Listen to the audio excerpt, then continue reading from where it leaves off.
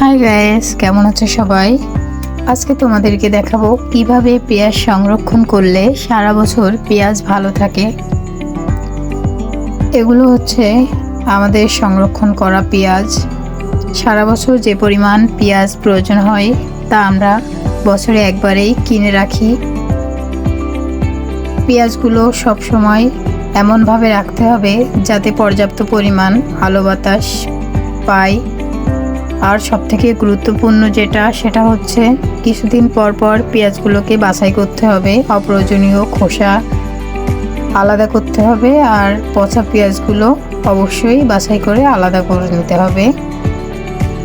তো দেখো, আমি এভাবেই কিছুদিন পর পর পেঁয়াজগুলোকে পরিষ্কার করে রাখি আর পচা পেঁয়াজগুলো বাছাই করে নেই।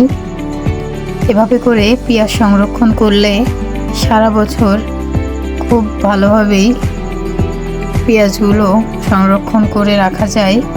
তো ভালো থেকো সবাই, আল্লাহ হাফেজ।